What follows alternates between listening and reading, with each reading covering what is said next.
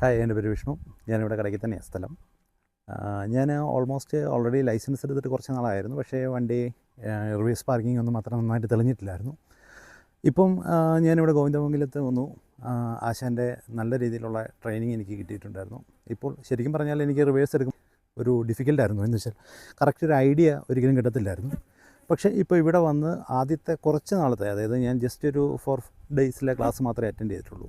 അതിൽ വളരെ ബെറ്ററായിട്ട് തന്നെ എനിക്കിപ്പോൾ കോൺഫിഡൻസ് ആയിട്ട് തന്നെ എനിക്ക് വണ്ടി റിവേഴ്സ് എടുക്കാനാണെങ്കിലും പാരലൽ പാർക്കിംഗ് ആണ്. കാര്യം എനിക്ക് പുറത്ത് യൂറോപ്പിലോട്ട് പോകാൻ വേണ്ടിയിട്ടായിരുന്നു.